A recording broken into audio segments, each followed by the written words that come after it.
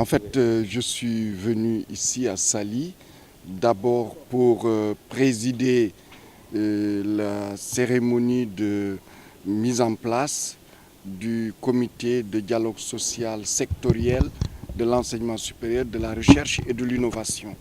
Ensuite, me voici ici dans ce séminaire pour préparer les propositions du Sénégal pour l'appel à candidature que la Banque mondiale a lancé pour cette nouvelle phase des centres d'excellence africains.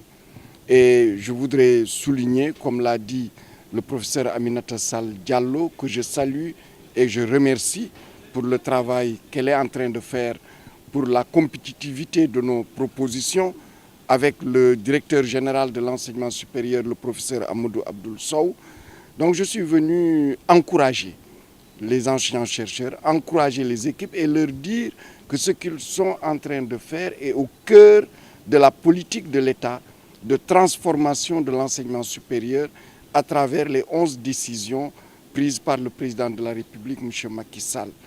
Et les 5 thématiques, comme elle l'a souligné, la mobilité urbaine est au cœur aujourd'hui des transformations au niveau de notre pays. Toute cette politique d'infrastructure routière, autoroutière, d'infrastructure aussi ferroviaire avec le TER et aussi de mobilité avec le BRT et autres, évidemment, le Sénégal, s'il a ce centre, pourra répondre à ces questionnements et à l'amélioration de tout notre système de mobilité urbaine. Ensuite, les sciences de l'ingénieur. Nous avons aujourd'hui 3 grandes écoles d'ingénieurs, l'école polytechnique de Thiès, l'école supérieure polytechnique, l'Institut polytechnique de Saint-Louis. Et nous avons aussi des écoles d'ingénieurs dans le privé. Et en faire un pôle d'excellence, évidemment, va sans doute répondre aux préoccupations du plan Sénégal émergent. Nous avons ensuite l'agriculture, avec l'ENSA à Thiès, avec l'UFR Sciences agronomiques, aquaculture et technologies agroalimentaires à Saint-Louis, avec l'agroforesterie à Ziguinchor, avec l'ISFAR à Bambey et avec toutes ces filières au niveau de la faculté de sciences et techniques de l'UCAD, de l'ESP, et enfin avec les ISEP et avec l'université du Sine Saloum El Hadj Ibrahima Niass. L'agriculture est la première priorité économique du Sénégal et je pense donc que sa mise en place, évidemment, va apporter un plus à notre structure d'enseignement supérieur. À cela, il faut ajouter l'environnement et la santé. C'est une préoccupation aujourd'hui mondiale avec les changements climatiques, avec toutes ces maladies émergentes, etc. Et enfin, je dirais ces sciences qui sont en train de révolutionner le 21e siècle, l'intelligence artificielle, le big data, la robotique, la cybersécurité, la génétique moléculaire et la simulation numérique, le calcul scientifique et d'autres dans lesquels le Sénégal a des potentialités énormes, potentialités économiques, parce que nous allons avoir le parc technologique numérique, nous avons la cité du savoir, nous aurons le supercalculateur et bien d'autres choses. Nous avons besoin de renforcer nos compétences, de renforcer nos infrastructures et aussi d'être un pôle africain reconnu.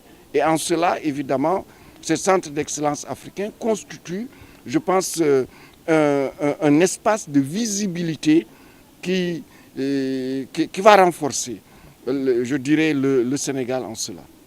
Oui, nous avons de manière quantitative et qualitative une montée en puissance. De manière quantitative, l'évaluation faite entre 2012 et 2017 montre que nous sommes passés à peu près de 100 000 étudiants à 161 000 étudiants, soit une augmentation en 5 ans de 61%, ce qui est extrêmement important. Et cette montée en puissance se poursuit qualitativement parce que beaucoup de mesures ont été prises pour améliorer le cadre d'études, améliorer le plateau technique d'études, augmenter les ressources humaines dédiées à l'enseignement et à la recherche. Il y a 2 années, le président de la République, M. Macky Sall, avait mis 210 postes à la disposition des universités. 100 laboratoires sont en cours de construction. La Cité du savoir est en cours de construction. Et puis la professionnalisation des filières Plus de 260 nouvelles filières professionnelles ont été créées. Et à cela, il faut ajouter aussi l'entrepreneuriat, qui est devenu maintenant une thématique majeure dans l'enseignement supérieur et qui fait que l'enseignement supérieur, désormais, a établi un pont avec l'emploi. Et à travers cet entrepreneuriat, il y a les incubateurs. Et parmi les incubateurs, je voudrais citer principalement l'incubateur du PSEJ, le programme sénégalais pour l'entrepreneuriat des jeunes, qui est au 4C et qui a déjà produit des résultats probants de création d'entreprises, mais aussi, surtout, de création d'emplois. Nous avons la Cité du Savoir, nous aurons le supercalculateur et bien d'autres choses. Nous avons besoin de renforcer nos compétences, de renforcer nos infrastructures et aussi d'être un pôle africain reconnu. Et en cela, évidemment, ce centre d'excellence africain constitue, je pense, un espace de visibilité qui va renforcer, je dirais, le Sénégal en cela. Nous avons de manière quantitative et qualitative une montée en puissance. De manière quantitative, l'évaluation faite entre 2012 et 2017 montre que nous sommes passés à peu près de 100 000 étudiants à 161 000 étudiants, soit une augmentation en 5 ans de 61%, ce qui est extrêmement important. Et cette montée en puissance se poursuit qualitativement parce que beaucoup de mesures ont été prises pour améliorer le cadre d'études, améliorer le plateau technique d'études, augmenter les ressources humaines dédiées à l'enseignement et à la recherche. Il y a 2 années, le président de la République, M. Macky Sall, avait mis 210 postes à la disposition des universités. 100 laboratoires sont en cours de construction. La Cité du Savoir est en cours de construction. Et puis la professionnalisation des filières, plus de 260 nouvelles filières professionnelles ont été créées. Et à cela, il faut ajouter aussi l'entrepreneuriat, qui est devenu maintenant une thématique majeure dans l'enseignement supérieur et qui fait que l'enseignement supérieur, désormais, a établi un pont avec l'emploi. Et à travers cet entrepreneuriat, il y a les incubateurs.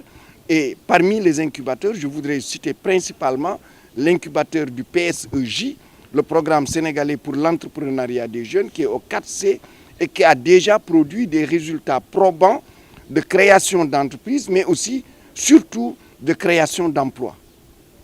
On va vous épargner la version. Merci.